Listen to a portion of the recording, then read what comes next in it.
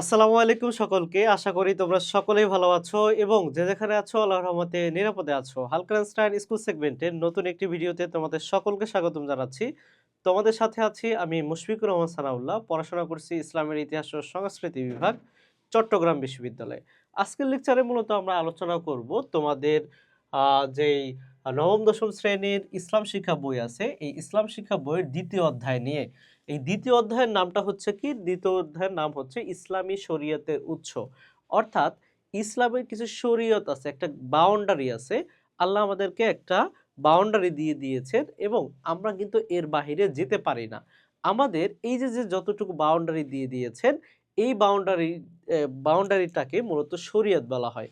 এবং এই যে শরীয়ত, এই শরীয়তটা হচ্ছে ইসলাম। ঠিক আছে? ইসলাম হচ্ছে কি? এই ইসলামের যে বাউন্ডারিটা, এর বাহিরে যেটা আমরা যেতে পারি না, এটাই হচ্ছে মূলত ইসলাম। ঠিক আছে? তাহলে আজকে এই শরীয়তের যে উৎসগুলো কি কি, বা হচ্ছে শরীয়ত জিনিসটা কি, বা শরীয়তের মধ্যে আমরা কিভাবে আছি, বা এর পরিধি কতটুকু, বা বিষয়বস্তু কি, এগুলো নিয়ে কিন্তু আজকে বিস্তারিত আলোচনা করব।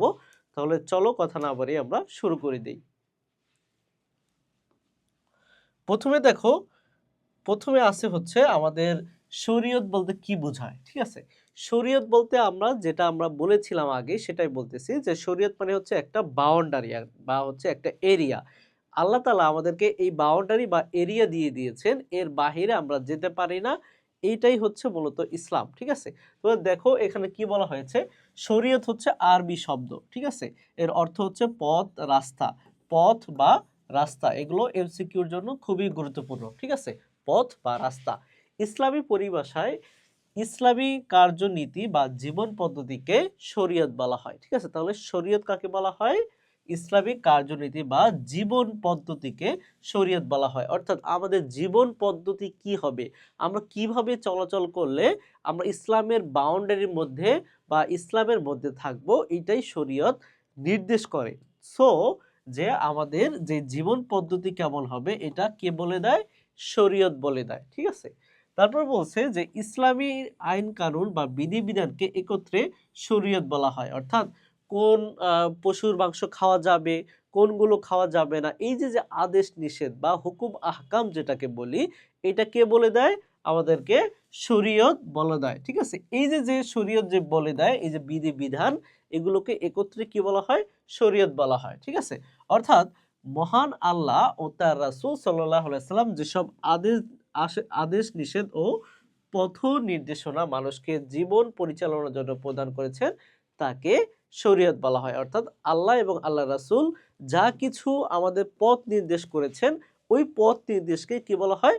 শরীয়ত বলা হয়। ঠিক আছে? এক কথায় আমরা এই সংজ্ঞাটা দিতে পারি। এখানে দুই ভাবে প্রশ্ন হতে পারে যে শরীয়তের আবিধানিক অর্থ কি? ঠিক আছে? শরীয়তের আবিধানিক অর্থ হচ্ছে পথ বা রাস্তা। ঠিক আছে? বা অর্থাৎ কোন পথ দিয়ে বা কোন রাস্তা দিয়ে হাঁটলে আমি ইসলামের গণ্ডির বাহিরে চলে যাব না, এটাকেই মূলত ইসলামী শরীয়ত বলা হয়। ঠিক আছে? তারপরে দেখো যে আরেকটা আসতে পারে, যে হচ্ছে শরীয়তের পারিভাষিক সংজ্ঞা কি?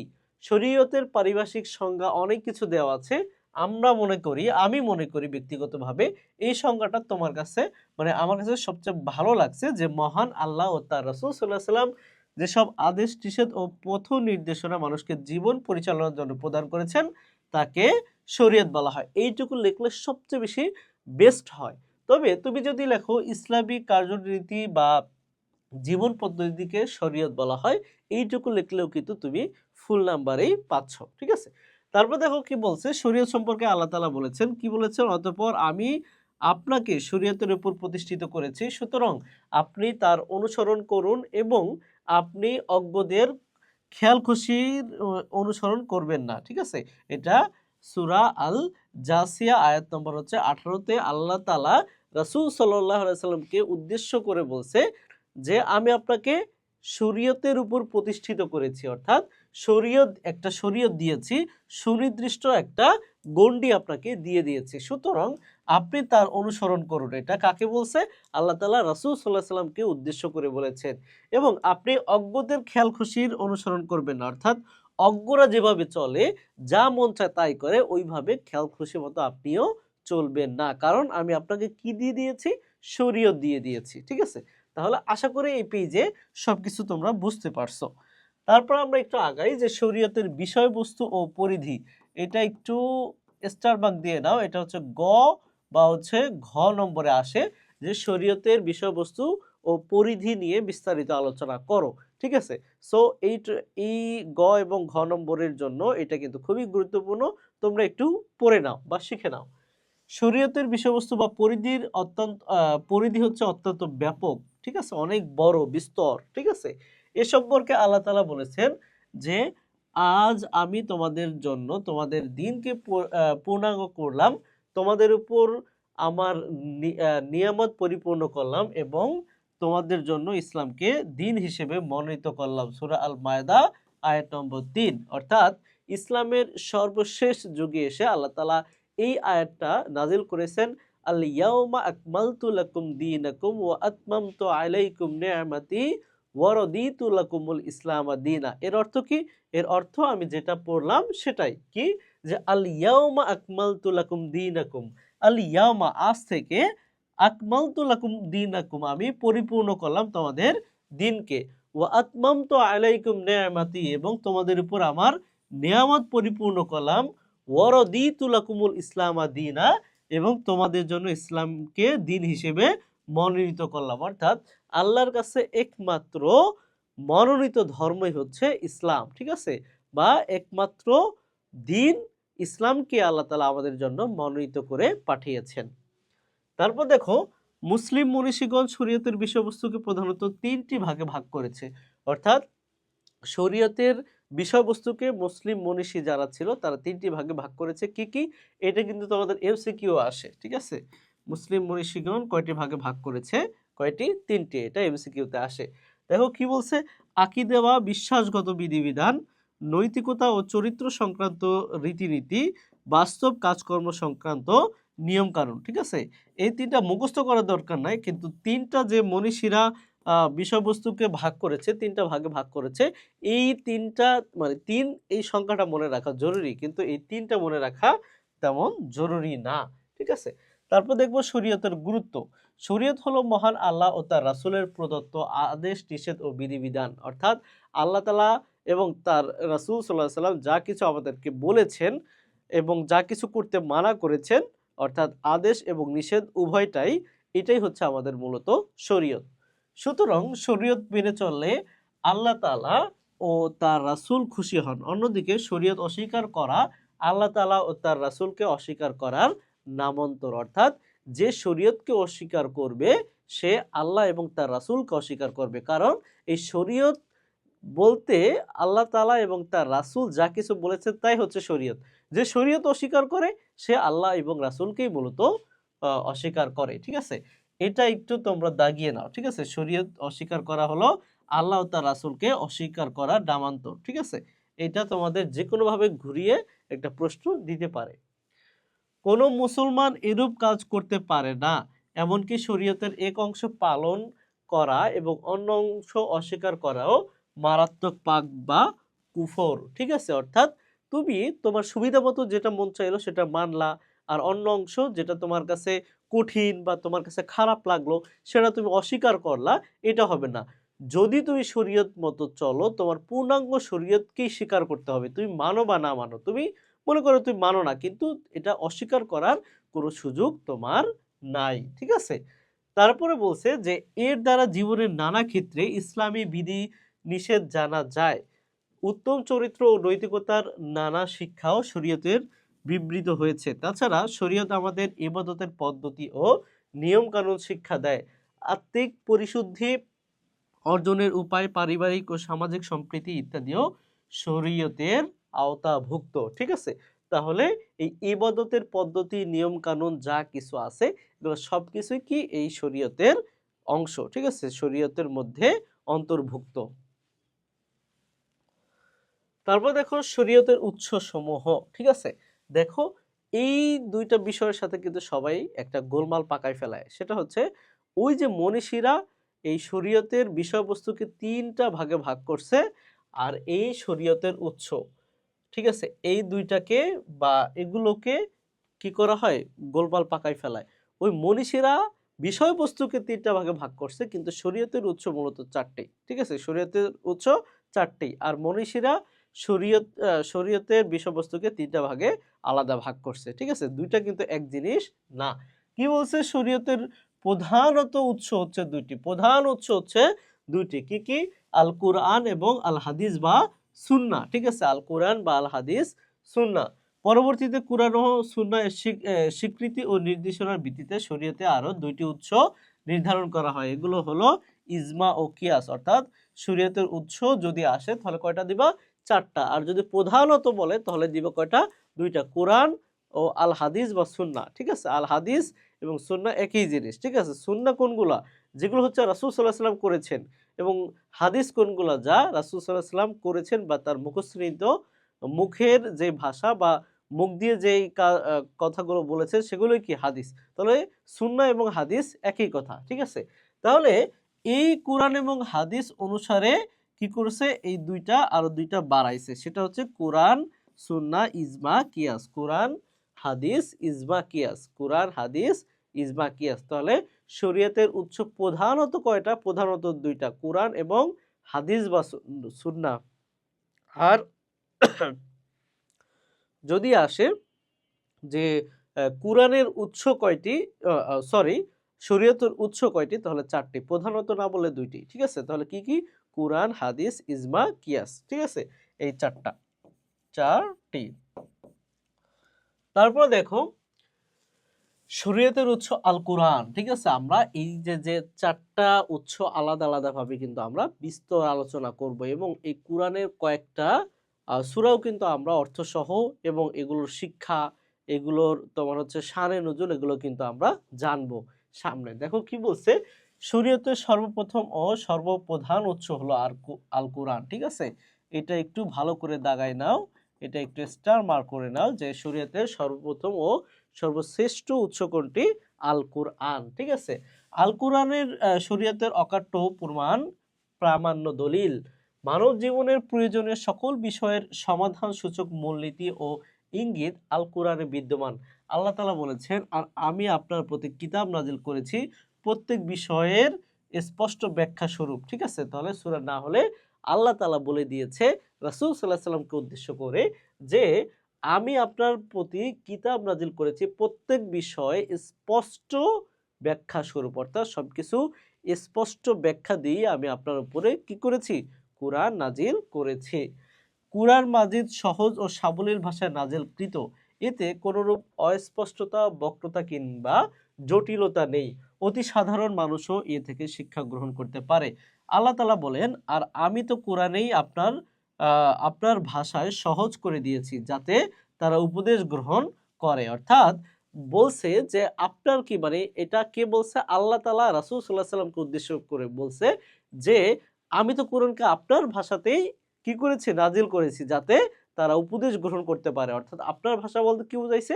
তৎকালীন আরবের ভাষা ছিল আরবি, এবং তৎকালীন মানুষ যাতে উপদেশ গ্রহণ করতে পারে সহজেই, এর জন্য কিন্তু কোরআনকে কোন ভাষা? আরবি ভাষাতেই নাজিল করা হয়েছে। ঠিক আছে?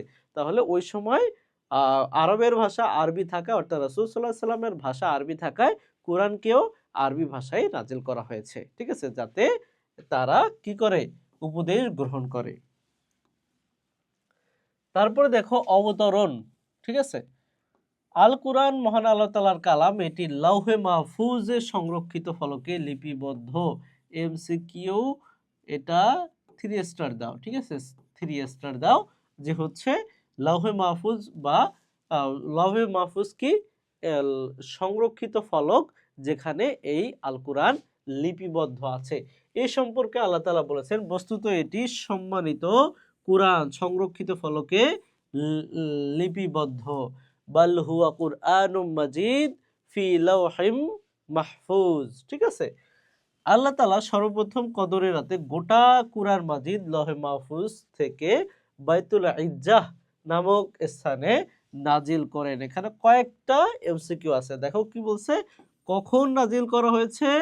কদরের রাতে। যেমন সূরা কদরে আল্লাহ তাআলা বলেছেন, ইন্না আনজালনাহু ফি লাইলাতুল কদর। ঠিক আছে? মানে আমি কুরআনকে কদরের রাতে নাজিল করেছি। ঠিক আছে? তাহলে আমরা পাইলাম যে কোরআন কোন রাতে নাজিল করা হয়েছে, কদরের রাতে নাজিল করা হয়েছে, একটা এমসিকিউ। তারপর বলছে কি লৌহে মাহফুজ থেকে বাইতুল ইজ্জায় কি করা হয়েছে, নাজিল করা হয়েছে। অর্থাৎ এই লৌহে মাহফুজে কি করা আছে, কোরআন লিপিবদ্ধ করা আছে। ওখান থেকে কোথায় আনা হয়েছে বা নাজিল করা হয়েছে, বাইতুল ইজ্জাতে তোমার হচ্ছে নাজিল করা হয়েছে। ঠিক আছে, বাইতুল ইজ্জা হলো প্রথম আসমানের একটি বিশেষ স্থান। ঠিক আছে, তাহলে বাইতুল ইজ্জা কোন জায়গার, প্রথম আসমানের বিশেষ স্থান, স্টার দিয়ে নাও। ঠিক আছে, এগুলো সবই কিন্তু এমসিকিউর জন্য গুরুত্বপূর্ণ। মহানবী সাল্লাল্লাহু আলাইহি সাল্লাম হেরা গুহায় ধ্যানমগ্ন থাকা অবস্থায় মহান আল্লাহ তাআলার নির্দেশে জিবরাইল আলাইহিস সালাম আল কোরআনের সূরা আলাকের প্রথম 5টি আয়াত নিয়ে তথায় মহানবী সাল্লাল্লাহু আলাইহি সাল্লামের নিকট অবতরণ করেন। এটাই ছিল দুনিয়াতে আল কোরআনের প্রথম নাজিলের ঘটনা। এরপর বিভিন্ন সময় ও প্রয়োজনের পরিপ্রেক্ষিতে মহানবী সাল্লাল্লাহু আলাইহি সাল্লাম এর প্রতি কোরআন নাজিল হয়। ঠিক আছে, তাহলে আমি একটু এটা ব্যাখ্যা করে সুন্দর করে বুঝাই। ঠিক আছে, দেখো রাসূল সাল্লাল্লাহু আলাইহি সাল্লাম কিন্তু জন্মগ্রহণ করেছিলেন 570 খ্রিস্টাব্দে এবং 610 খ্রিস্টাব্দে মূলত তার উপর এই কোরআনটা নাজেল করা হয়। অর্থাৎ তার কত বছর বয়সে, 40 বছর বয়সে। ঠিক আছে, তার 40 বছর বয়সে মূলত এই তার উপরে কোরআনটা নাজিল হয়। ঠিক আছে, তাহলে সে নবুয়তের আগ দিয়ে ঘন ঘন তিনি বিভিন্ন জায়গায় একা একা চলে যেতেন এবং বিশেষ করে তিনি হেরা গুহা নামক একটা গুহার মধ্যে তিনি ধ্যানমগ্ন করতেন।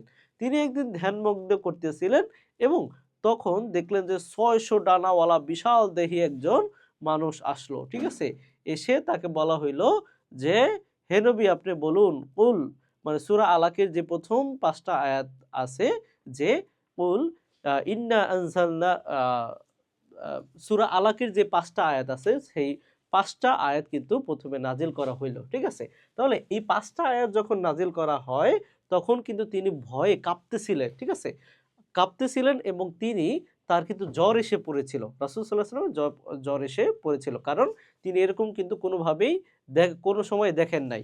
যখন আ তাকে পড়তে বলা হইল, ঠিক আছে?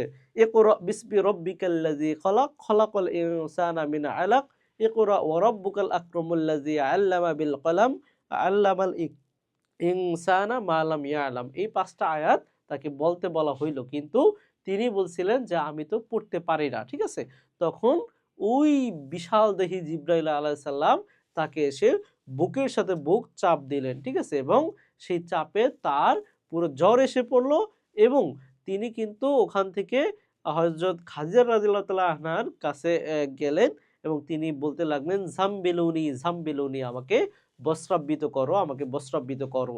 কারণ হচ্ছে তিনি পুরা জ্বরে পুরো কাতর হয়ে গিয়েছিলেন। ঠিক আছে, তখন কিন্তু হযরত খাদিজা রাদিয়াল্লাহু তাআলা আনহা তাকে সাহস দিয়েছিলেন, মনোবল দিয়েছিলেন এবং তিনি বলেছিলেন যে হে আল্লাহর রাসূল আপনি কোনো সময় আত্মীয়তার সম্পর্ক নষ্ট করেননি এবং আপনি যেহেতু আ বা কোনো মানে সবসময় ভালো কাজ করেন, সো আল্লাহ আপনাকে কোনো বিপদে ফেলবেন না। ঠিক আছে, আপনি ভরসা রাখুন আল্লাহর উপরে। তখন কিন্তু তিনি ভরসা পেয়েছিলেন। তারপর দেখো রাসূল সাল্লাল্লাহু আলাইহি ওয়াসাল্লামের জীবদ্দশায় মোট 23 বছর সম্পূর্ণ কোরআন নাজিল হয়। এটি একসাথে নাজিল হয়নি, বরং অল্প অল্প করে প্রয়োজন অনুসারে নাজিল হতো। কখনো 5 আয়াত, কখনো 10 আয়াত, কখনো আয়াতের অংশ বিশেষ, আবার কখনো একটি পূর্ণাঙ্গ সূরা একসাথে নাজিল করা হতো। ঠিক আছে, দেখো কিভাবে 23 বছরের কথা বলা হয়েছে। দেখো রাসূল সাল্লাল্লাহু আলাইহি সাল্লাম হচ্ছে 63 বছর ছিলেন আর তিনি তার উপরে কোরআন নাজিল হওয়া শুরু করছে কবে থেকে, 40 বছর থেকে। ঠিক আছে, তাহলে কত বছর, এই মরার তার ইন্তেকালের আগের দিন পর্যন্ত কি মানে আগ পর্যন্ত কি হয়েছে, এই কোরআনটা নাজিল হয়েছে। সো এই 23 বছর, দীর্ঘ 23 বছর তিনি কি তার উপরে প্রয়োজন অনুসারে অল্প অল্প করে এই কোরআনটা নাজিল হয়েছে। ঠিক আছে, সো আশা করি তোমরা বুঝতে পেরেছো। দেখো কি বলছে আল্লাহ তাআলা এই প্রসঙ্গে বলেছেন, আর আমি খণ্ড খণ্ড ভাবে কোরআন নাজিল করেছি যাতে আপনি তা মানুষের নিকট ক্রমে ক্রমে পাঠ করতে পারেন, আর আমি তা ক্রমশ নাজিল করেছি। ঠিক আছে, বলছে যে আমি মানে প্রয়োজন অনুসারে আস্তে আস্তে খণ্ড খণ্ড ভাবে নাজিল করেছি যাতে আপনি মানুষের কাছে খুব সুন্দরভাবে পৌঁছাতে পারেন। ঠিক আছে, তারপর দেখো আল কুরআন সংরক্ষণ। আল কোরআন আরব দেশে মহানবী সাল্লাল্লাহু আলাইহি ওয়াসাল্লামের উপর নাজিল হয়। এ সময় মহানবী সাল্লাল্লাহু আলাইহি ওয়াসাল্লাম সাথে সাথে নাজিলকৃত আয়াত মুখস্থ করে নিতেন। এরপর বারবার তিলাওয়াতের মাধ্যমে তা স্মৃতিতে ধরে রাখতে চেষ্টা করতেন। আল কোরআন নাজিল হলে রাসূল সাল্লাল্লাহু আলাইহি ওয়াসাল্লাম সাহাবীগণকেও তা মুখস্থ করতে বলতেন। সাহাবীগণ তা মুখস্থ করতেন, দিন-রাত তিলাওয়াত করতেন, নামাজে পাঠ করতেন এবং পরিবার পরিজন, স্ত্রী সন্তান এবং বন্ধু বান্ধবদেরও মুখস্থ করাতেন। এইভাবে তারা সংরক্ষণ করে রাখতো। নইলে তো যে সময় নাজিল হয়েছে তখন তো ভুলে যাইতো আর কি। ঠিক আছে? গভীর রাতে তাদের ঘর থেকে কুরআন তেলাওয়াতের গুনগুন আওয়াজ শোনা যেত। অনেক সময় রাসূল সাল্লাল্লাহু আলাইহি ওয়াসাল্লাম স্বয়ং তাদের গৃহ পার্শ্বে গিয়ে তেলাওয়াত শুনতেন। ঠিক আছে? দেখতো যে তাদের সাহাবীরা ঠিকঠাকভাবে তারা তেলাওয়াত করতেছে কিনা। ঠিক আছে? তারপর দেখো কুরআন তিলাওয়াতের শিক্ষা দেওয়ার জন্য নবী সাল্লাল্লাহু আলাইহি সাল্লাম সাহাবীগণকে নানা স্থানে প্রেরণ করতেন।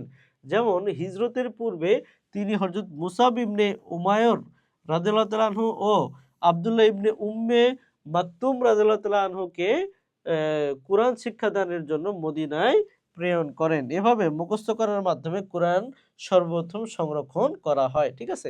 তাহলে প্রথমত রাসূল সাল্লাল্লাহু আলাইহি সাল্লাম এর উপর যখন নাজিল হয় তিনি এগুলো বারবার পড়তেন যাতে তিনি মুখস্থ করে রাখতে পারতেন। যখন নাজিল হয়ে যেত তখন সাহাবীদেরকে উদ্বুদ্ধ করতেন এবং সাহাবীর পরিবার পরিজন নিয়ে সবাইকে নিয়ে এগুলো মুখস্থ করে রেখে সংরক্ষণ করার চেষ্টা করতেন। সে সময় লিখিতভাবেও আল কোরআন সংরক্ষণের ব্যবস্থা করা হয়। আরবদের মধ্যে খুব অল্প সংখ্যক লোকই ছিল শিক্ষিত। সে সময় আল কোরআন একত্রে গ্রন্থাকারে লিপিবদ্ধ করে রাখা হয়নি। তবে আল কোরআনের কোনো অংশ বা আয়াত নাজিল হলে সাথে সাথেই লিখে রাখা হতো। খেজুর গাছের ডাল, পশুর চামড়া, হাড়, পাথর, গাছের পাতা ইত্যাদি ছিল তখনকার লেখার উপকরণ। অর্থাৎ আমরা এখন যেমন খাতা কলমে লেখি তখন কিন্তু এরকম খাতা কলম ছিল না। সো তারা কিভাবে এই কোরআনটা যখন নাজিল হয়তো কিভাবে সংরক্ষণ করবে, তখন তারা একত্রে একটা গ্রন্থ না লিখে অংশ অংশ বিভিন্ন জায়গায় লিখে রাখতো। কিসে কিসে লিখে রাখতো? খেজুর গাছের ডাল, পশুর চামড়া, হাড়, পাথর, গাছের পাতা এগুলোতে তারা লিখে রাখতো। যেসব সাহাবীর লেখাপড়া জানতেন তারা প্রায় সকলেই কোরআন লেখার মর্যাদা লাভ করেছিলেন। আল কোরআন লিপিবদ্ধকারী সাহাবীগণকে বলা হয় কাতিবে ওহী বা ওহী লেখক। কাতেব মানে কি? কাতেব মানে হচ্ছে যে লিখে। ঠিক আছে? তাহলে কাতিবে ওহী মানে যে ওহী লেখক। ঠিক আছে? তারা ছিলেন সংখ্যায় কত? ৪২ জন। ঠিক আছে? তাহলে কাতিবে ওহী কয়জন? এমসিকিউ ১০০% আসবে। কয়জন? ৪২ জন। এদের মধ্যে প্রধান ছিলেন কে? হযরত যায়েদ ইবনে সাবিত। ঠিক আছে? এই যে ১০০% আসার মতো এমসিকিউ আমরা পেয়ে গিয়েছি। ঠিক আছে? তাহলে কাতিবে ওহী কয়জন? ৪২ জন। এর মধ্যে প্রধান ছিলেন কে? হযরত যায়েদ ইবনে সাবিত রাদিয়াল্লাহু তাআলা আনহু। ঠিক আছে? তারপর দেখো মহানবী সাল্লাল্লাহু আলাইহি ওয়াসাল্লামের সময় কুরআন মুখস্থ ও লেখার মাধ্যমে পুরোপুরি সংগ্রহ করা হয়, কিন্তু সে সময় তা একত্রে লিপিবদ্ধ হয়নি। হযরত আবু বকর রাদিয়াল্লাহু তাআলা আনহু সর্বপ্রথম কুরআন সংকলনের উদ্যোগ নেন। অর্থাৎ রাসূল সাল্লাল্লাহু আলাইহি ওয়াসাল্লামের সময় কিন্তু এই বিভিন্ন জায়গায় বিভিন্নভাবে এগুলো একত্র করা হয়নি। বিভিন্ন ছড়িয়ে ছিটিয়ে ছিল এবং প্রস্তরখণ্ডে বা হচ্ছে হাড়ে, পশুর চামড়ায়, ঠিক আছে? বিভিন্ন জায়গায় লিখে রাখা হতো। কিন্তু হযরত মুহাম্মদ সাল্লাল্লাহু আলাইহি ওয়াসাল্লাম যখন ইন্তিকাল করেন তখন আবু বকর রাদিয়াল্লাহু তাআলা আনহুই প্রথম এগুলোকে সংকলন করেন, অর্থাৎ একত্রিত করেছিলেন। ঠিক আছে? সংকলনের উদ্যোগ নিয়েছিলেন। হযরত আবু বকর রাদিয়াল্লাহু তাআলা আনহু ছিলেন ইসলামের প্রথম খলিফা। তার সময়ে নবুয়তের কতিপয় মিথ্যা দাবিদার বা ভণ্ড নবী বা যাকাত অস্বীকারীর আবির্ভাব ঘটে। তিনি তাদের বিরুদ্ধে যুদ্ধ ঘোষণা করেন। ঠিক আছে? মানে বিষয়টা হচ্ছে কি যে রাসূল সাল্লাল্লাহু আলাইহি ওয়াসাল্লামের ইন্তেকালের একদম আগ দিয়ে, মানে ইন্তেকালের কিছুদিন পূর্ব দিয়ে ইসলামের জয় জয়কার দেখে অনেকেই কি করেছিল? ইসলাম ধর্মে গ্রহণ করেছিল। ঠিক আছে? হুজুগে। কিন্তু অনেকে মন থেকে মেনে নিতে পারেনি। যখন রাসূল সাল্লাল্লাহু আলাইহি ওয়াসাল্লাম ইন্তেকাল করেন তখন হযরত আবু বকর রাদিয়াল্লাহু তাআলা আনহু যখন সিংহাসনে বসেন বা হচ্ছে যখন খলিফা নির্বাচিত হন তখন তারা অনেকে নবী দাবি করতেছিল এবং অনেকে যাকাত প্রদানে অস্বীকার করতেছিল। তখন এই আবু বকর রাদিয়াল্লাহু তাআলা আনহু যারা ভণ্ড নবী ছিল এবং যারা যাকাত প্রদানে অস্বীকার করেছিল তাদের বিরুদ্ধে তিনি যুদ্ধ ঘোষণা করেছিলেন। ঠিক আছে? এরূপই একটি যুদ্ধ ছিল হচ্ছে ইয়ামামার যুদ্ধ, ঠিক আছে? এরকম একটা যুদ্ধ ছিল কি ইয়ামামার যুদ্ধ।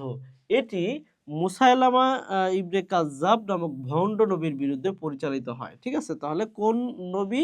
ভণ্ড নবী। এর নাম কি ছিল? মুসাইলিমা কাজ্জাব। মুসাইলিমা কাজ্জাব এই ভণ্ড নবীর বিরুদ্ধে পরিচালিত হয়।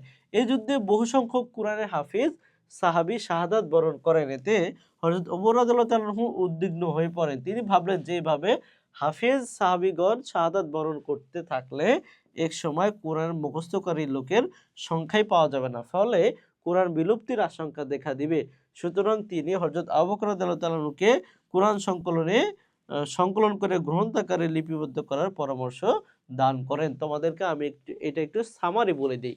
সামারি হচ্ছে মহানবী সাল্লাল্লাহু আলাইহি ওয়াসাল্লাম যখন তার উপরে কোরআন নাজিল হতে থাকলো প্রয়োজন অনুসারে অল্প অল্প করে, তখন কিন্তু রাসূল সাল্লাল্লাহু আলাইহি ওয়াসাল্লাম একত্রে একটা খণ্ডে তিনি কিন্তু এই কোরআনটাকে আনেন নাই। তিনি মুখস্থ করে রাখতেন।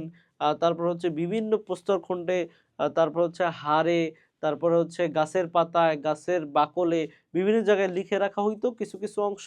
তখন কি হইল? রাসূল সাল্লাল্লাহু আলাইহি ওয়াসাল্লাম ইন্তেকাল করলেন এবং কিছু ভণ্ড নবী দেখা গেল এবং যাকাত অস্বীকারী দেখা গেল। তখন তাদের বিরুদ্ধে যুদ্ধ ঘোষণা করলেন হযরত আবু বকর রাদিয়াল্লাহু তাআলা আনহু। তিনি ছিলেন প্রথম খলিফা এবং এই আবু বকর রাদিয়াল্লাহু তাআলা আনহু যখন যুদ্ধ ঘোষণা করে, সেই যুদ্ধ নাম হয় হচ্ছে ইয়ামামার যুদ্ধ। সেই ইয়ামামার যুদ্ধে প্রায় ৭০ জন সাহাবী তারা শাহাদাত বরণ করেছিল এবং যখন শাহাদাত বরণ করে তখন ওমর রাদিয়াল্লাহু তাআলা আনহু আশঙ্কা করেন যে এইভাবে যদি যারা হাফেজ আছে তারা যদি মারা যায় বা হচ্ছে শহীদ হয় তাহলে তো কোরআন বিলীন হয়ে যাবে। অর্থাৎ তারা তো মুখস্থ করে রাখছে, তারা যদি মারা যায় তাহলে তো কোরআন বিলীন হয়ে যাওয়ার একটা আশঙ্কা থাকবে বা কোরআনে মুখস্থ করার মতো লোক থাকবে না, ঠিক আছে? সো তখন তিনি হযরত আবু বকর রাদিয়াল্লাহু তাআলা আনহুকে পরামর্শ দেন যে আপনি কোরআনটাকে সংকলন করে একটা বইয়ের মধ্যে নিয়ে আসেন, ঠিক আছে? তখন আবু বকর রাদিয়াল্লাহু তাআলা আনহু সংকলন করে একটা বইয়ের মধ্যে নিয়ে আসে, ঠিক আছে? একটা কিতাবের মধ্যে নিয়ে আসে। হযরত আবু বকর রাদিয়াল্লাহু তাআলা প্রধান ওই লেখক সাহাবী হযরত যায়েদ ইবনে সাবিত রাদিয়াল্লাহু তাআলা আনহুকে গুরু দায়িত্ব অর্পণ করেন এবং হযরত যায়েদ রাদিয়াল্লাহু তাআলা কোরআন সংকলনের ক্ষেত্রে বিশেষভাবে নিম্নোক্ত ৪টি পন্থা অবলম্বন করেন। অর্থাৎ এই ৪২ জন কাতিবে ওহীর মধ্যে প্রধান ছিলেন হচ্ছে যায়েদ ইবনে সাবিত। এর জন্য হযরত আবু বকর রাদিয়াল্লাহু তাআলা আনহু কোরআন সংকলনের জন্য প্রথম দায়িত্ব দেন এই যায়েদ ইবনে সাবিত রাদিয়াল্লাহু তাআলা আনহুকে। তখন ৪টা পদ্ধতিতে কি করা হয়? এই কোরআনকে সংকলন করা হয়। এই ৪টা পদ্ধতি কি কি? এই ৪টা পদ্ধতি এখানে একটু স্টার দিয়ে নেন, যায়েদ ইবনে সাবিতের জায়গায় স্টার দিয়ে নেন, ঠিক আছে? তাহলে ৪টি আ পদ্ধতি আমরা দেখি। হাফিজ সাহাবীদের তেলাওয়াতের মাধ্যমে প্রতিটি আয়াতের বিশুদ্ধতা ও নির্ভুলতা কি নির্ভুলতা যাচাই করেন। অর্থাৎ নির্ভুল হচ্ছে কিনা এটা হাফেজ ছাত্রদেরকে বলতো তোমরা তিলাওয়াত করো, তখন এটা নির্ভুল হচ্ছে কিনা সেটা দেখা হইতো। হযরত ওমর রাদিয়াল্লাহু তাআলা আনহু এর হিফজের সাথে মিলিয়ে আয়াতের বিশুদ্ধতা যাচাই করেন। অর্থাৎ হযরত ওমর রাদিয়াল্লাহু তাআলা আনহু অনেক তীক্ষ্ণ মেধার অধিকারী ছিলেন। এর জন্য তার তেলাওয়াতের সাথে ওই হাফেজ সাহাবীদের তেলাওয়াতের সামঞ্জস্য হচ্ছে কিনা, একরকম হচ্ছে কিনা, এর জন্য হযরত ওমর রাদিয়াল্লাহু তাআলা আনহুর তেলাওয়াতের সাথে তাদের সাথে মিলানো হতো। রাসূল সাল্লাল্লাহু আলাইহি ওয়াসাল্লাম এর উপস্থিতিতে লিখিত হওয়ার ব্যাপারে ন্যূনতম ২ জন সাক্ষীর সাক্ষ্য গ্রহণ। অর্থাৎ এই যে বিভিন্ন জায়গায় প্রস্তরখণ্ডে এরকম লিখে রাখা হতো, তখন ২ জন সাক্ষী এম মানে করতো যে হচ্ছে রাসূল সাল্লাল্লাহু আলাইহি ওয়াসাল্লাম এটা লিখে রাখছিলেন কিনা, এটা ২ জন সাক্ষী দ্বারা সাব্যস্ত হওয়ার পরেই তিনি এই কোরআনে মানে একটা পান্ডুলিপিতে তিনি একীভূত করেছিলেন। চূড়ান্তভাবে লিখিত আয়াতগুলো অন্যান্য সাহাবীদের সংরক্ষিত পান্ডুলিপির সাথে তুলনা বা যাচাই করা হতো, ঠিক আছে? তাহলে এই ৪টা পদ্ধতিতে মূলত হযরত যায়েদ ইবনে সাবিত রাদিয়াল্লাহু তাআলা আনহু মূলত এই কোরআনটা সংকলন করেছিলেন এবং এই গুরু দায়িত্ব তাকে দিয়েছিলেন হযরত আবু বকর রাদিয়াল্লাহু তাআলা আনহু এবং এই হযরত আবু বকর রাদিয়াল্লাহু তাআলা আনহু এটার পরামর্শ নিয়েছিলেন হযরত ওমর রাদিয়াল্লাহু তাআলা আনহু থেকে, ঠিক আছে? আশা করি বুঝতে পেরেছো। তারপরে আছে ৩য় খলিফা হযরত ওসমান রাদিয়াল্লাহু তাআলা আনহু এর খেলাফতকালে কুরআন তিলাওয়াতের ক্ষেত্রে নানা মতানৈক্য দেখা দেয়। এর মূল কারণ ছিল বিভিন্ন গোত্রীয় রীতিতে কুরআন পাঠ। মহানবী সাল্লাল্লাহু আলাইহি ওয়াসাল্লাম সহজ করণার্থে আরবদের ৭টি রীতিতে কুরআন পাঠ করার অনুমতি দিয়েছিলেন। হযরত ওসমান রাদিয়াল্লাহু তাআলা আনহু প্রধান সাহাবীগণের পরামর্শক্রমে কোরআন সংকলনের জন্য 4 জন সাহাবীর একটি বোর্ড গঠন করেন। এরা ছিলেন হযরত যায়েদ ইবনে সাবিত রাদিয়াল্লাহু তাআলা আনহু, আব্দুল্লাহ ইবনে জুবাইর রাদিয়াল্লাহু তাআলা আনহু, সাঈদ ইবনে আস রাদিয়াল্লাহু তাআলা আনহু এবং আব্দুর রহমান ইবনে হারিস রাদিয়াল্লাহু তাআলা আনহু। এই বোর্ডের নেতৃত্ব হযরত যায়েদ ইবনে সাবিত রাদিয়াল্লাহু তাআলা আনহু এর উপর ন্যস্ত করা হয়। অর্থাৎ যখন আবার তৃতীয় খলিফা আসে হযরত উসমান রাদিয়াল্লাহু তাআলা আনহু, তিনি এসে দেখলেন যে এক একজন এক একভাবে পড়তেছে। অর্থাৎ এক একজনের পড়ার যে রীতি বা এক একটা গোত্রর আলাদা আলাদা ভাবে এই কোরআনটা পড়তেছে, তখন এই কোরআনটাকে একীভূত করার জন্য আবার একটা বোর্ড গঠন করা হয়। 4 জনকে দায়িত্ব দেওয়া হয় এবং এই 4 জনের প্রধান ছিলেন যে কাতিবে ওহী, একদম শুরুতে যে ছিলেন, যে সংকলন করেছে, তিনি হযরত যায়েদ ইবনে সাবিত রাদিয়াল্লাহু তাআলা আনহু। ঠিক আছে? তারপর দেখো হযরত যায়েদ ইবনে সাবিত রাদিয়াল্লাহু তাআলা আনহু সর্বপ্রথম হযরত হাফসা রাদিয়াল্লাহু তাআলা আনহু এর নিকট থেকে কুরআনের প্রথম পান্ডুলিপিটি নিয়ে আসেন এবং এ থেকে আরো 7টি কপি তৈরি করেন। অনুলিপি তৈরি এইতে সাহাবীগণ হাফেজগণের কেরাতের সাথে মিলিয়ে পুনরায় এর নির্ভুলতা যাচাই করতেন। অতঃপর মূল কপিটি হযরত হাফসা রাদিয়াল্লাহু তাআলা আনহুর নিকট ফিরিয়ে দেওয়া হয় এবং তৈরি অনুলিপিগুলো একটি খলিফার নিকট কেন্দ্রে সংরক্ষণ করা হয় আর বাকিগুলো বিভিন্ন শাসন কেন্দ্রে পাঠিয়ে দেওয়া হয়। ফলে আল কোরআনের বিকৃতি ও গরমিলের হাত থেকে রক্ষা পায়। এভাবে হযরত ওসমান রাদিয়াল্লাহু তাআলা আনহু প্রত্যক্ষ তত্ত্বাবধানে আল কোরআন সংকলিত হয়। এই মহান কাজের জন্য তাকে জামিউল কোরআন বা কোরআনের একত্রকারী বা সংকলক বলা হয়। অর্থাৎ হযরত হাফসা রাদিয়াল্লাহু তাআলা আনহুর কাছে আনহার কাছে একটা কপি ছিল এবং মূল কপি রাসূল সাল্লাল্লাহু আলাইহি ওয়াসাল্লাম দিয়ে গিয়েছিলেন এবং ওইটা আনা হয় এবং ওইটা দেখে সবগুলো কপি করে বিভিন্ন গোত্রে বা বিভিন্ন প্রদেশে পাঠিয়ে দেওয়া হয় এবং একটা নিয়ম করা হয়, এই নিয়মে সবাই পড়বে। এই যে একটা ভুল বা এক এক গোত্র এক এক রকম পড়ে, এই যে একটা সমস্যা তৈরি হয়েছিল, এটা সমাধান করে দিয়েছিলেন হযরত ওসমান রাদিয়াল্লাহু তাআলা আনহু। এর জন্য তাকে জামিউল কুরআন বা কুরআনের একত্রকারী বা সংরক্ষক বলা হয়। ঠিক আছে? সংকলক বলা হয়, সরি।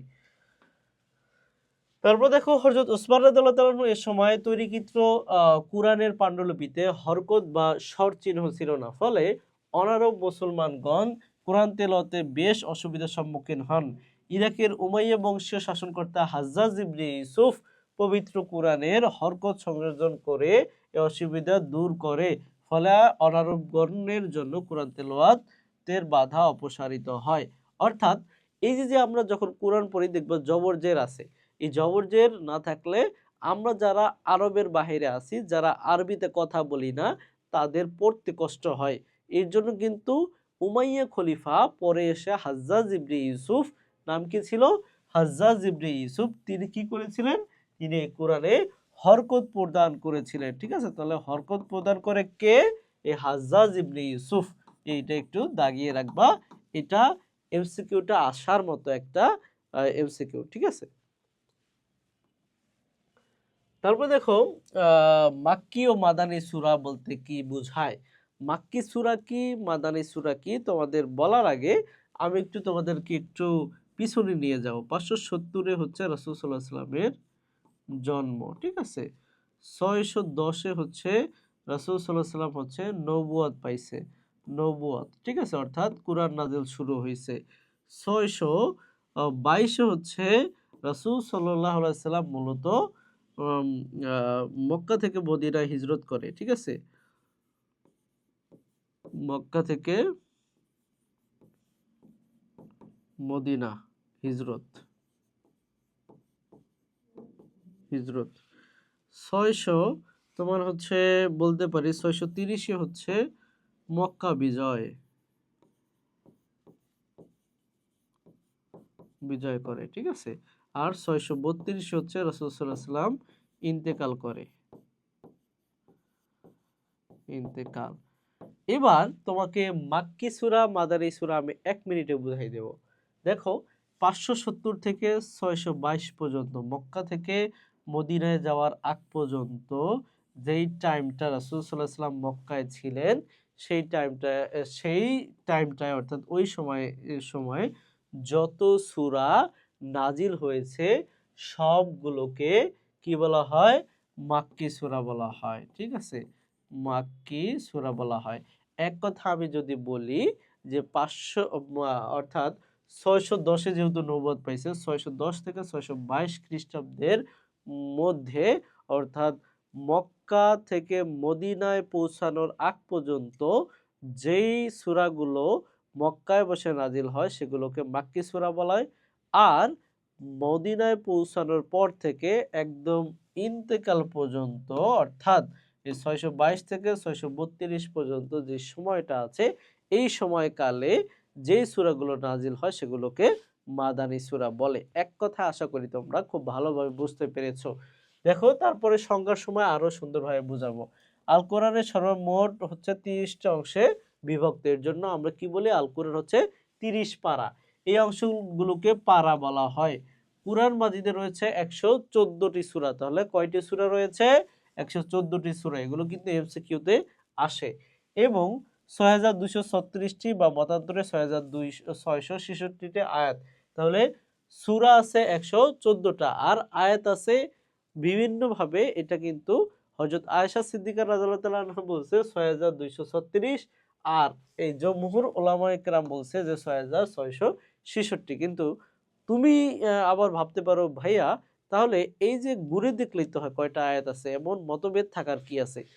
কারণ মতভেদের কারণ হচ্ছে অনেকে এই যে প্রত্যেকটা সূরার আগে যে বিসমিল্লাহির রহমানির রহিম আছে এটা অনেকে ধরছে আয়াতের সাথে যে এটাও একটা আয়াত, অনেকে ধরে নাই। এরকম ভাবে কিছু মতভেদ আছে।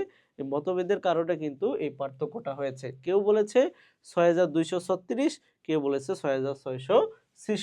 ঠিক আছে? যখন তোমাদের আসবে যেকোনো একটা থাকবে। ঠিক আছে? ২ টা একসাথে থাকবে না অপশনে।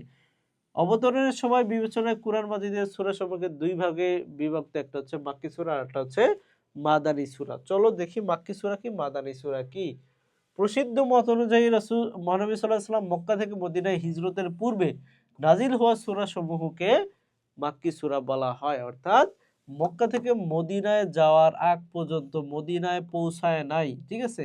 পৌঁছানোর আগ পর্যন্ত অর্থাৎ ৬১০ থেকে ৬২২ পর্যন্ত মদিনায় পৌঁছানোর আগ পর্যন্ত যত সূরা নাজিল হয়েছে সবগুলোকে কি বলা হয়?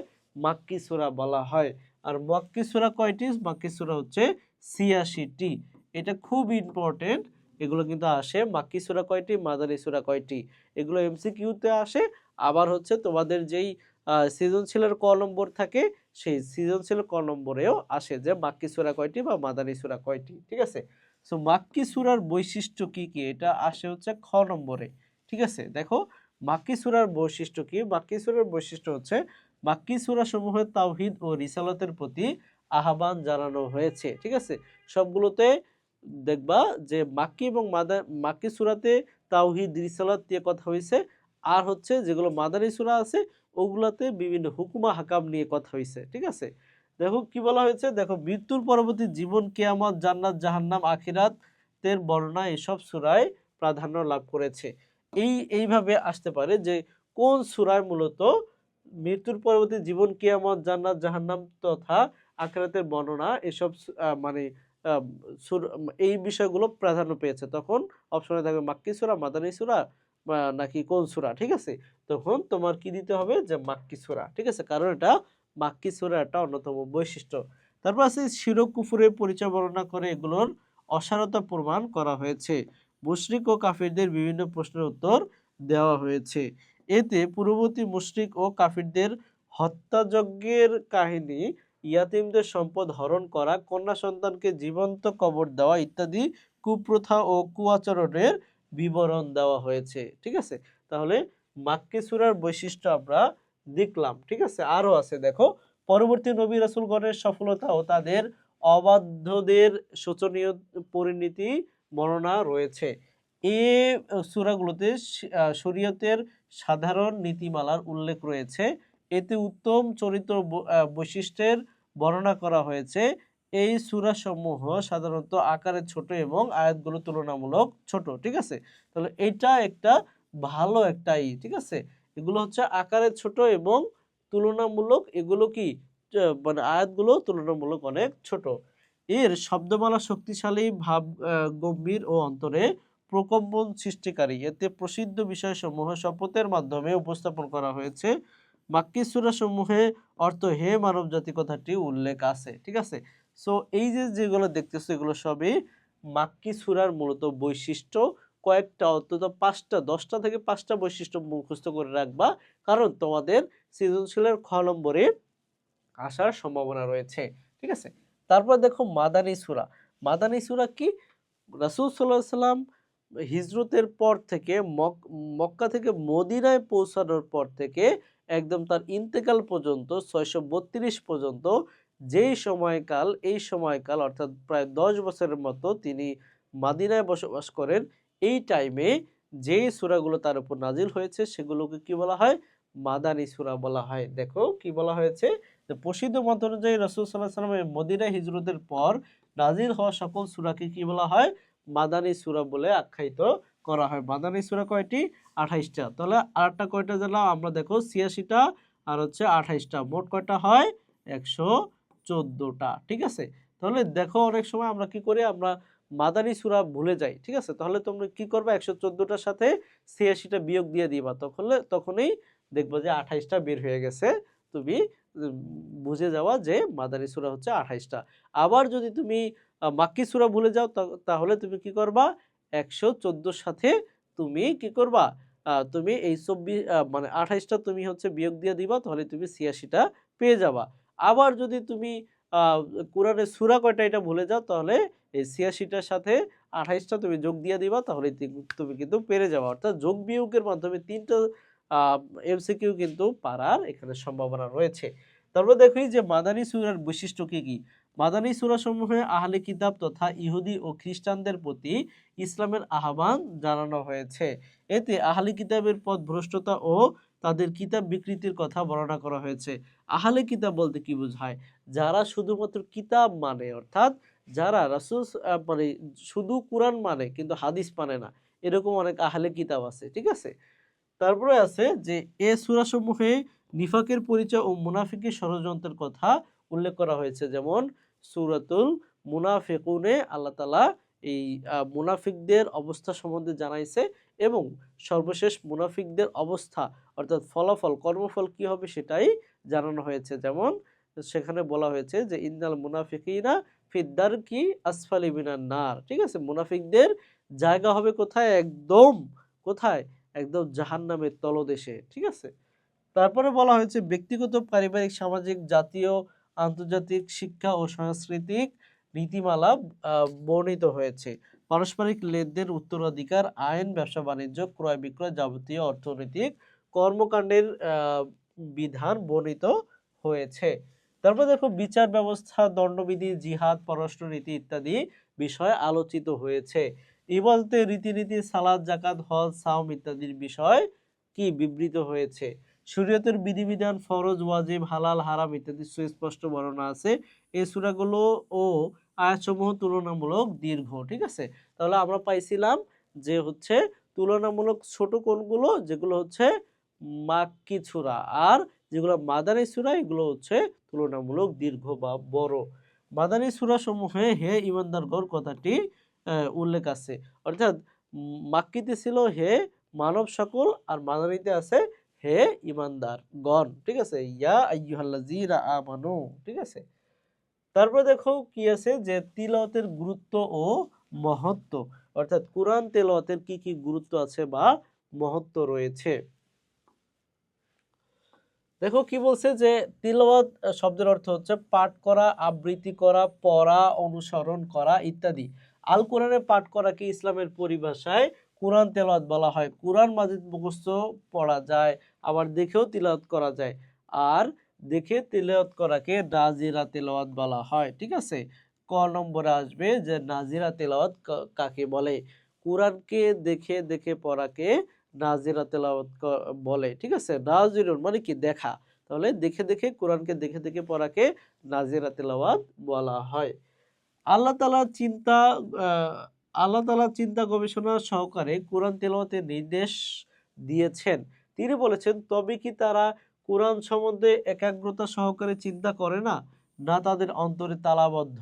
ঠিক আছে, সূরা মুহাম্মদ আয়াত নম্বর 24। অন্য আয়াতে আল্লাহ তাআলা বলেছেন যে এটি কল্যাণময় কিতাব যা আমি আপনার প্রতি নাজিল করেছি যাতে মানুষ এর আয়াতসমূহ অনুধাবন করে এবং বোধ শক্তি সম্পন্ন ব্যক্তিগণ এর থেকে উপদেশ গ্রহণ করে। সূরা আল সাদে বলছে আয়াত নম্বর হচ্ছে 29। আল্লাহ তাআলা আরো বলেন যে নিশ্চয়ই আমি কোরআনকে উপদেশ গ্রহণের জন্য সহজ করে দিয়েছি, অতএব কোন উপদেশ গ্রহণকারী আছে কি? ঠিক আছে, সূরা কমার আয়াত নম্বর 22। তারপর দেখো কোরআন তিলাওয়াতের ফজিলত অত্যন্ত বেশি, এর প্রতিটি হরফ তেলাওয়াতেই নেকি পাওয়া যায়। নবী করিম সাল্লাল্লাহু আলাইহি সাল্লাম বলেন যে ব্যক্তি আল্লাহর কিতাব থেকে একটি হরফ পাঠ করবে সে একটি নেকি লাভ করবে, আর এই নেকির পরিমাণ হলো 10 গুণ। ঠিক আছে, অর্থাৎ এটা একটা হাদিস, তবে আল্লাহ তাআলা এইভাবে বলেছেন যে মান করা আল কোরআন হরফান ফালাহু আশারু আমসালিহা। মান করা আল কোরআন, যে ব্যক্তি কোরআন পড়বে, হরফান একটি হরফ, ফালাহু তার জন্য রয়েছে আশারু আমসালিহা 10টা করে নেকি রয়েছে। এবং অনেক বর্ণনায় আসছে যে আহ, এ- এই যে নেকিগুলোকে 70 গুণ বা 700 গুণ পর্যন্ত বাড়াই দেওয়া হবে। এখন তুমি বলতে পারো যে ভাইয়া তাহলে এই যে হরফগুলো মানে বিসমিল্লাহির রহমানির রহিম বললাম, মানে মনের অজান্তে আমি বললাম, আমার কয়টা নেকি হয়েছে? দেখো বিসমিল্লাহির রহমানির রহিম যদি আমি লিখি বিয়ে বা সিন মিম, ঠিক আছে, বিসমিল্লাহির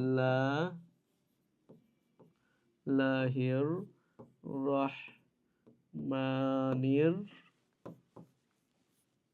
রহিম, দেখো কয়টা হয়েছে আমরা একটু হিসাব করি।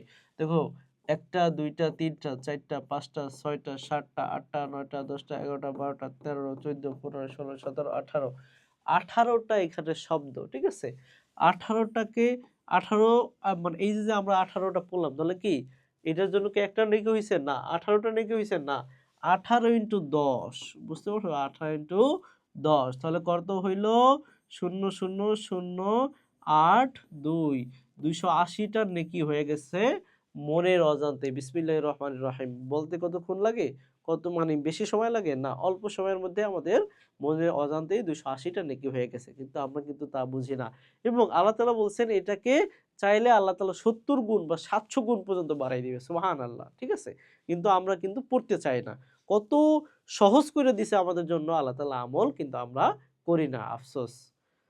তারপর দেখো কি বলছে, কোরআন হচ্ছে নূর বা জ্যোতি, এটি তেলাওয়াতকারীর মর্যাদা সমুন্নত করে। কোরআন তেলাওয়াতের মাধ্যমে বান্দা আল্লাহ তাআলার সন্তুষ্টি ও সান্নিধ্য লাভ করে। হাদিসে এসেছে যে ব্যক্তি কোরআন তেলাওয়াত করে এবং সে অনুযায়ী আমল করে, কিয়ামতের দিন তার পিতামাতাকে সূর্যের চাইতে উজ্জ্বল মুকুট পরানো হবে, অর্থাৎ নূরের টুপি পরাই দেওয়া হবে। ঠিক আছে, নূরের টুপি একদম কিয়ামতের দিবসে বা হাসরের মাঠে তাদেরকে নূরের টুপি পরানো হবে। ঠিক আছে, তারপরে দেখো যে শানে নুজুল বলতে কি বোঝায়? শানে নুজুল জিনিসটা কি? শানে নুজুল নাজিলের মানে কোরআন, অর্থাৎ যেই সূরাটা নাজিল হয় ওই সূরার নাজিলের কারণটা কি বা নাজিলের প্রেক্ষাপটটা কি। দেখো কি বলছে, শানে নুজুল অর্থ হচ্ছে অবতরণের কারণ বা পটভূমি, অর্থাৎ যে কোনো একটা সূরা ওই সূরার নাজিলের পিছনের যে প্রেক্ষাপট বা পটভূমি, ওই জিনিসটাকেই কি বলা হয়? শানে নুজুল বলা হয়। ইসলামী পরিভাষায় আল কোরআনের সূরা বা আয়াত নাজিলের কারণ বা পটভূমিকে সূরা শারে নুজুল বলা হয়, একে সবরে নুজুলও বলা হয়। ঠিক আছে, অর্থাৎ আল কোরআনের সূরা বা আয়াত নাজিলের কারণ বা পটভূমিকে কি বলা হয়? শানে নুজুল বলা হয়। যে ঘটনা বা অবস্থাকে কেন্দ্র করে আল কোরআনের আয়াত বা সূরা নাজিল হতো সে ঘটনা বা অবস্থাকে ওই সূরা বা আয়াতের শানে নুজুল বলা হয়। নবী সাল্লাল্লাহু আলাইহি ওয়াসাল্লামের প্রতি কাফিরদের উপহাস করার ঘটনাটি সূরা আল কাউসারের শানে নুজুল হিসেবে পরিচিত। শানে নুজুল জানার উপকারিতা অনেক, এর মধ্যে উল্লেখযোগ্য হলো, অর্থাৎ এই যে আমরা একটা সূরা ফাতিহা পড়ি, এটার পিছনে, এটা নাজিলের পিছনে আল্লাহ তাআলার একটা কারণ রয়েছে, একটা পটভূমি রয়েছে, একটা প্রেক্ষাপট রয়েছে। সূরা ইখলাস এটা কি জন্য নাজিল হয়েছে, এটার পিছনে একটা প্রেক্ষাপট রয়েছে, একটা পটভূমি রয়েছে। ঠিক আছে, এবং প্রত্যেকটা সূরা পিছনে একটা শানে নজুল আছে। সেই শানে নজুল জানলে আমাদের কিন্তু ওই বিষয়টা বুঝতে আমাদের সহজ হয়। মানে শুধু অর্থ পড়লে কিন্তু আমরা অনেক কিছু বুঝি না অনেক সময়। কিন্তু যখন আমরা শানে নুজুলটা পড়ি তখন ওই জিনিসটার সাথে আমরা বিষয়টা রিলেট করতে পারি, আমাদের বুঝতে সক্ষম হয়। দেখি এই শানে নুজুল জানার কয়েকটি উপকারিতা সম্বন্ধে আমরা একটু জানি। ক নম্বরে বলা হয়েছে এর দ্বারা শরীয়তের বিধান প্রবর্তনের রহস্য জানা যায়। অর্থাৎ এই যে সূরাগুলোতে বা আয়াতগুলো থেকে যেই শরীয়তের বিধানগুলো তৈরি করা হয়, এই শরীয়তের বিধানগুলো দ্বারা মানে বুঝতে আমাদের সুবিধা হয় কিসের মাধ্যমে? এই শানে নুজুলের মাধ্যমে। তারপর বলা হয়েছে যে আয়াতের অর্থ, উদ্দেশ্য ও সঠিক মর্মার্থ অবগত হওয়া যায়। অর্থাৎ এই সঠিকভাবে আমরা অর্থ করতে পারি বা ব্যাখ্যা করতে পারি কিসের মাধ্যমে? এই শানে নুজুল জানার মাধ্যমে। ঠিক আছে? তারপরে আছে যে দেখো এই যে এই দুইটাই হচ্ছে মেইন উপকারিতা। বুঝতে পারছো? এই দুইটা হচ্ছে একদম মেইন উপকারিতা।